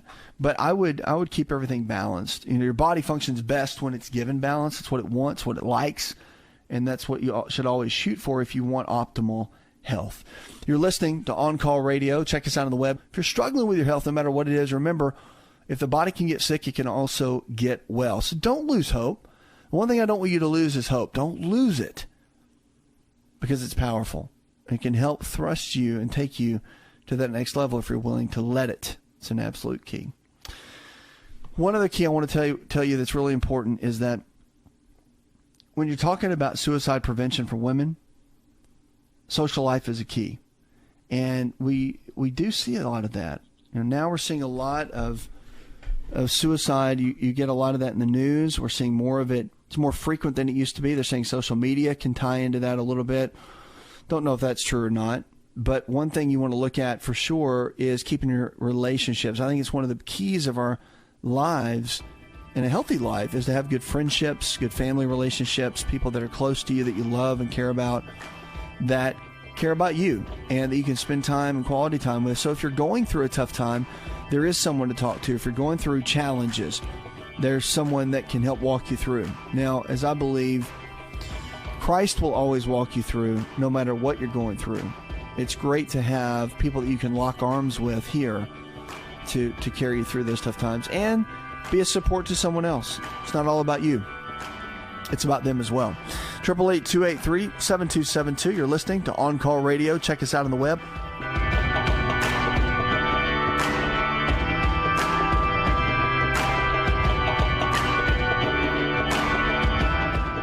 Are you ready to chow? It's time for Keto Chow. When it comes to eating healthy, the keto diet has become one of the nutrition leaders in optimizing health, losing unwanted weight, and reaching your health and wellness goals. No extravagant cooking, no long kitchen cleanup, and most importantly, especially for me, it's convenient. Just put quality Keto Chow powder in a bottle, add some heavy whipping cream or your favorite fat, a little water, and boom, shake it up, and you're ready to chow. Keto Chow tastes amazing. So make Keto Chow easy for you and your family today with Keto Chow. Let's go chow. Visit Keto Chow online at ketochow.xyz. That's ketochow.xyz.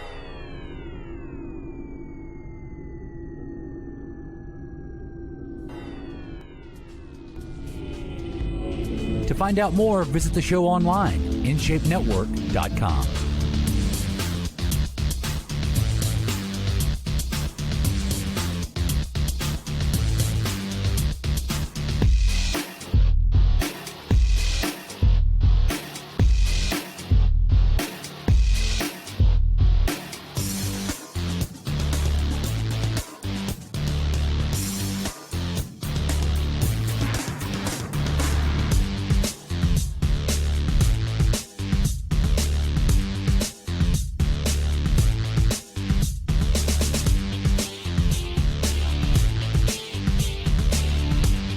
Whatever you're struggling with, remember, if the body can get sick, it can also get well. It is about lifestyle. So the choices we make every single day can and will determine the kind of health we're going to have. It's true. So the great news is that we can make some great strides in our health. You really can make a difference. You just have to understand what you're doing. So the exercise we get, the foods we eat, air we breathe, water we drink, stress we manage, all determines the kind of health we're going to have. Plums we're going to talk about a little bit. So I always pick a food, most of the time. And I just pick foods that randomly will help our bodies. And I get excited because food can be our best medicine. I think that when we eat the wrong kind of foods over a long period of time, it can cause us and cause our bodies to break down and not do that well. But if we eat the right kind of foods on a regular basis, then we can really begin to thrive. And we can go to that next level in our health. And that's what it's about. So plums I'm going to talk about. Remember, food either brings health to the body or it takes health out of the body. So the body doesn't know the difference between baked chicken and fried chicken or French fries and broccoli, but we do. And so we want to make good, healthy choices each day so that our bodies get everything that it needs. It's a key. It's an absolute key. And we want to focus on that and give the body what it needs. All right, so we're going to talk about plums. Strong, and I like the taste of them personally, but the antioxidant protection they have is pretty strong. So even the dried version, which are prunes, we all know about those, great for the digestion.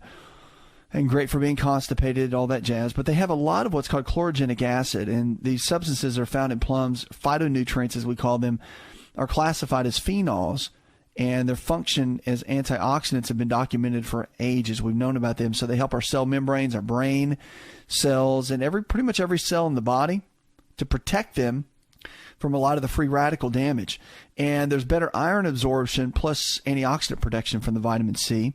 So the plums or prunes can make iron more readily available because of the high vitamin C content in the fruit, which ranks it as one of the highest sources of vitamin C, believe it or not, coming from themselves, from the prunes. Now, they also can help support healthy blood sugar levels and weight loss. So prunes, a lot of the soluble fiber helps to normalize blood sugar by slowing down the rate at which food leaves the stomach by delaying absorption of glucose. And the soluble fiber also increases insulin sensitivity and can therefore play a helpful role in prevention and treatment of the type 2 diabetes.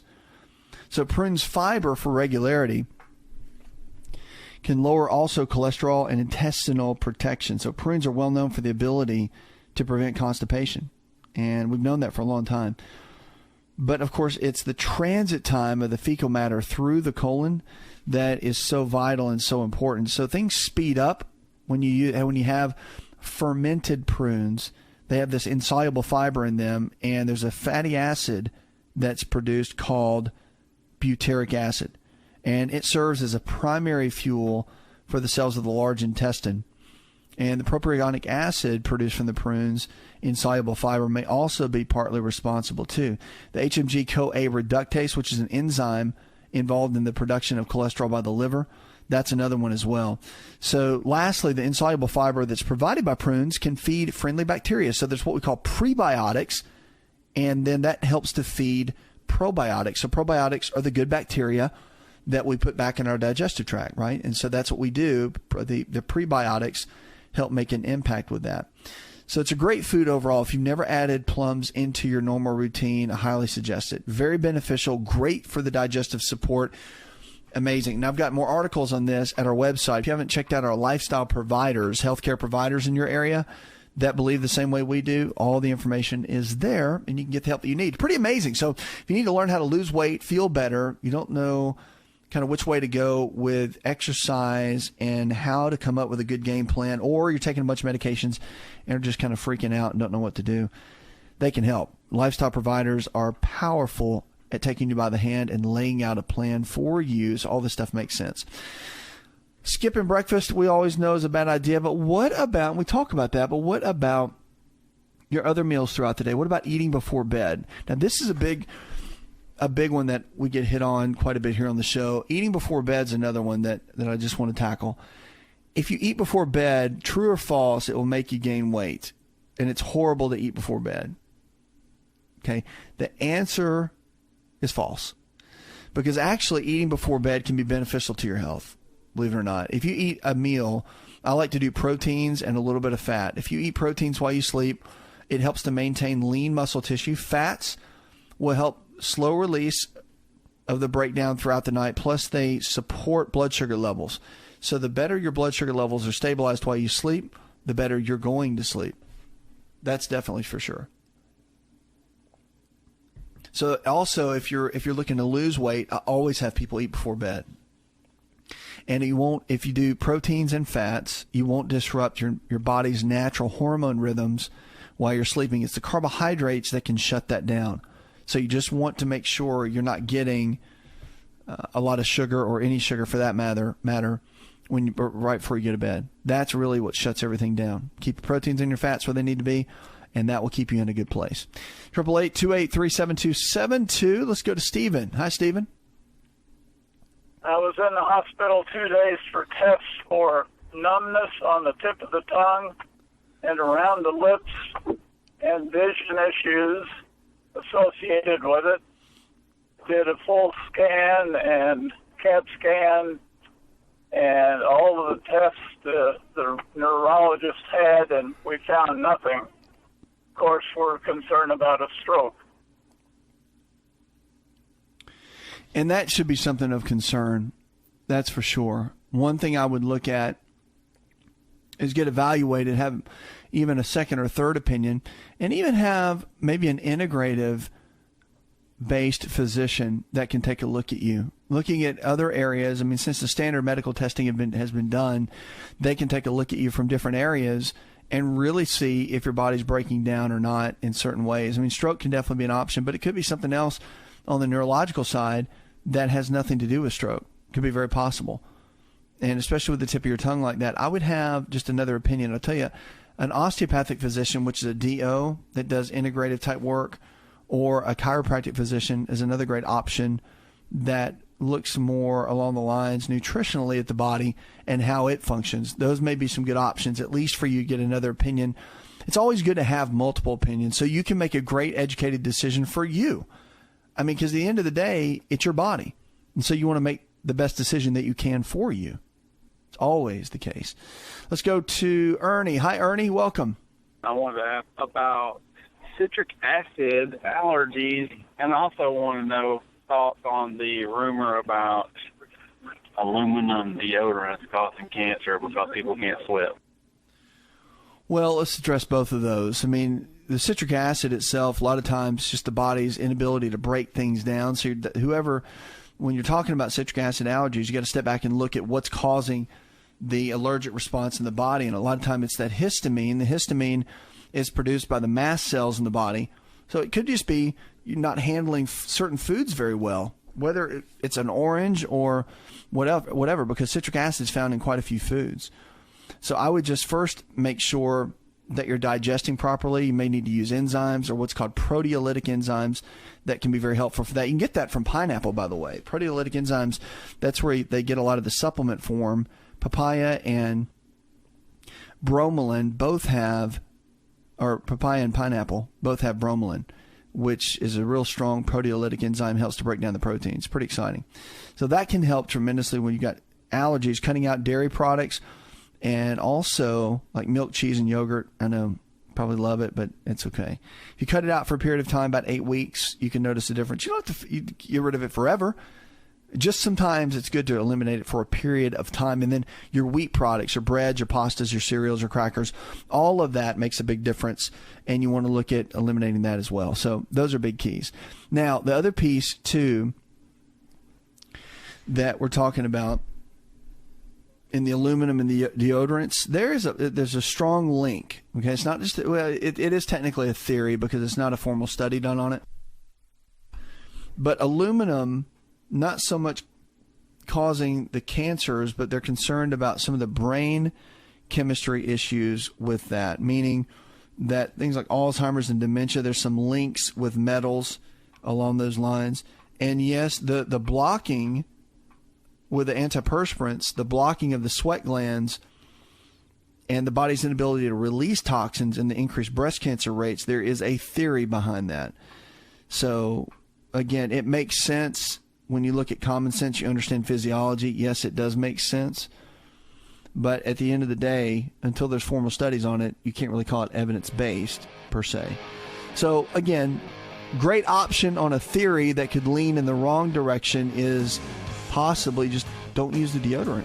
Don't use antiperspirants. Go with natural deodorants. I mean, there's some great brands out there that are fantastic that don't use a lot of the chemicals in them. So, and they make you smell great. You don't smell like, an old dirty sock. You actually smell good. I mean, there's some good products out there that you can use.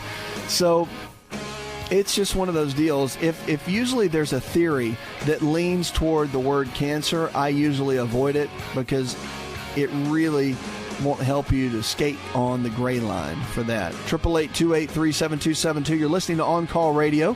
Check us out on the web.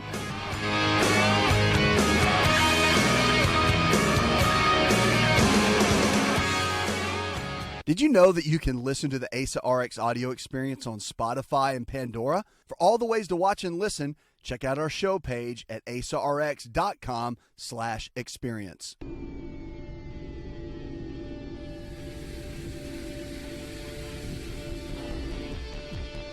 Connect with On Call Radio and watch On Call TV at InShapeNetwork.com.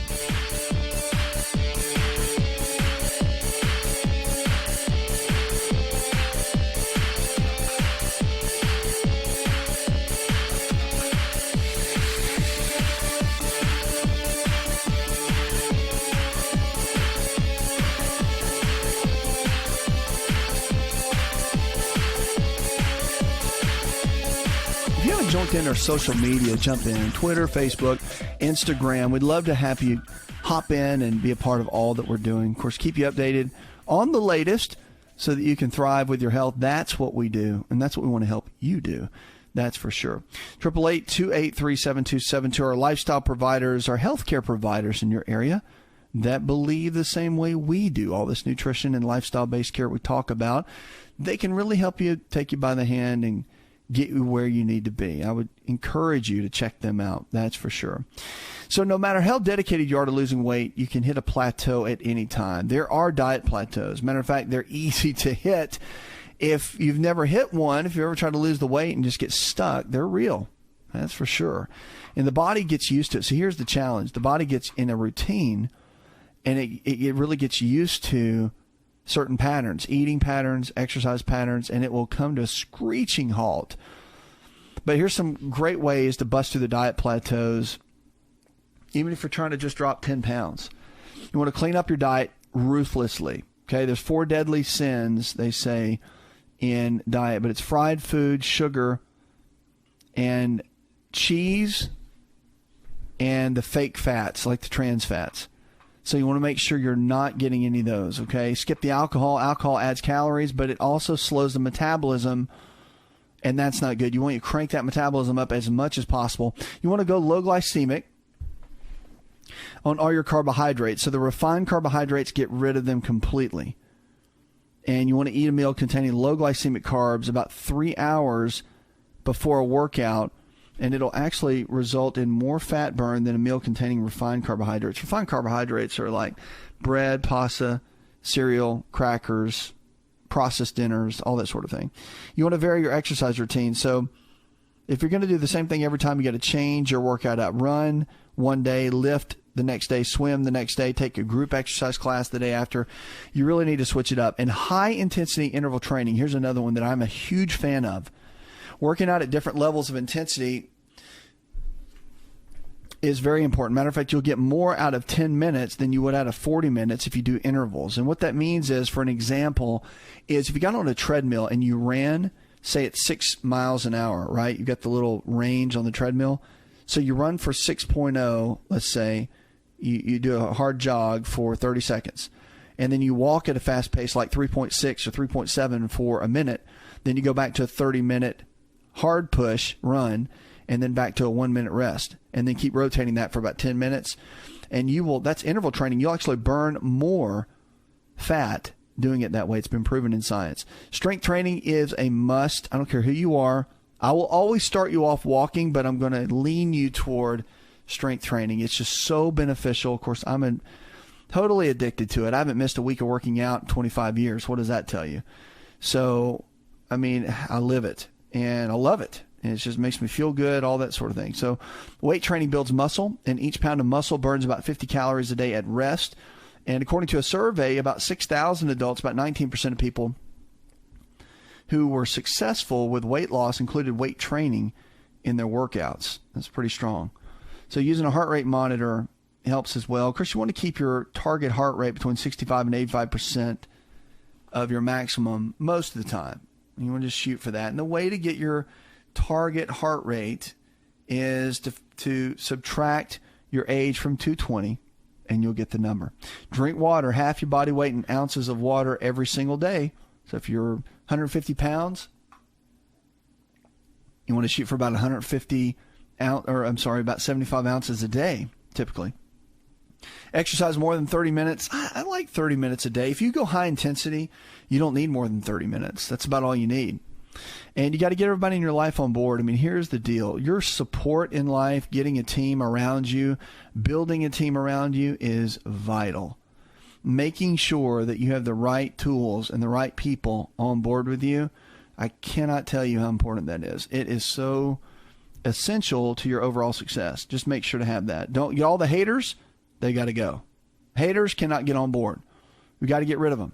Okay? They don't have any place in your life. The haters, the ones that are telling you you're too fat, you can't lose the weight, you're too old, that you're never going to make it, that gives you no hope whatsoever. You want people in your life that bring hope to you in every area and that you can breathe life into as well. All that's important. So critical. If you're out in the pool this year, you want to make sure you cover your eyes. No matter if you're indoor or outdoor, you want to make sure to protect your eyes from the chlorine. And I really would suggest you look for a saltwater pool if possible. But again, if you want to wear some eyewear, protective wear, that's a good idea too. But yeah, a lot of doctors now, ophthalmologists, are saying that, we used to just swim and open our eyes in chlorine. Not so good now. It's important to know why the burning happens. You want to really, the swimmers can develop pink eye and other eye infections even from contaminated water. So just be careful with that. Better to wear the goggles to open your eyes underwater, and it protects them a whole lot better. You're listening to On Call Radio. If you haven't checked us out yet, go to the website, and all kinds of information there. We've got our website. We've got our newsletter, podcast. We've got radio show, of course, that's on every day. Television show that's on every day. If you haven't found our TV show, oh my goodness, check it out. You can watch an episode and then find it in your area. Until then, you can check it out there. But yeah, it is a great way to stay hooked on what we're doing. I mean, a great way. Puts another hour in the charts. I want to thank our producer, Jay Patrick, engineer John Garrison, and the rest of the team. Go tell one person something you learned on the show. Together, we can transform the health of our friends, our families, and our communities. You're listening to the show.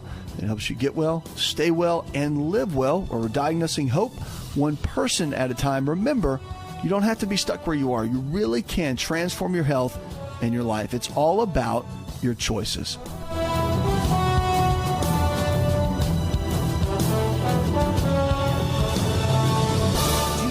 Listen to the Asa Rx audio experience on Spotify and Pandora. For all the ways to watch and listen, check out our show page at asarx.com/experience. Hi, it's Asa. I'm giving you a copy of my best-selling book for free to help you in your health journey today. I'll pay for the book. All you do is just cover the small shipping and handling costs. Go to asarx.com and get your free book today. This episode is over, but check episode notes for links to products and services you've heard about on this episode. Thanks for listening and subscribing. Please share the Asa Rx audio experience with others and stay in touch by giving us your comment or review.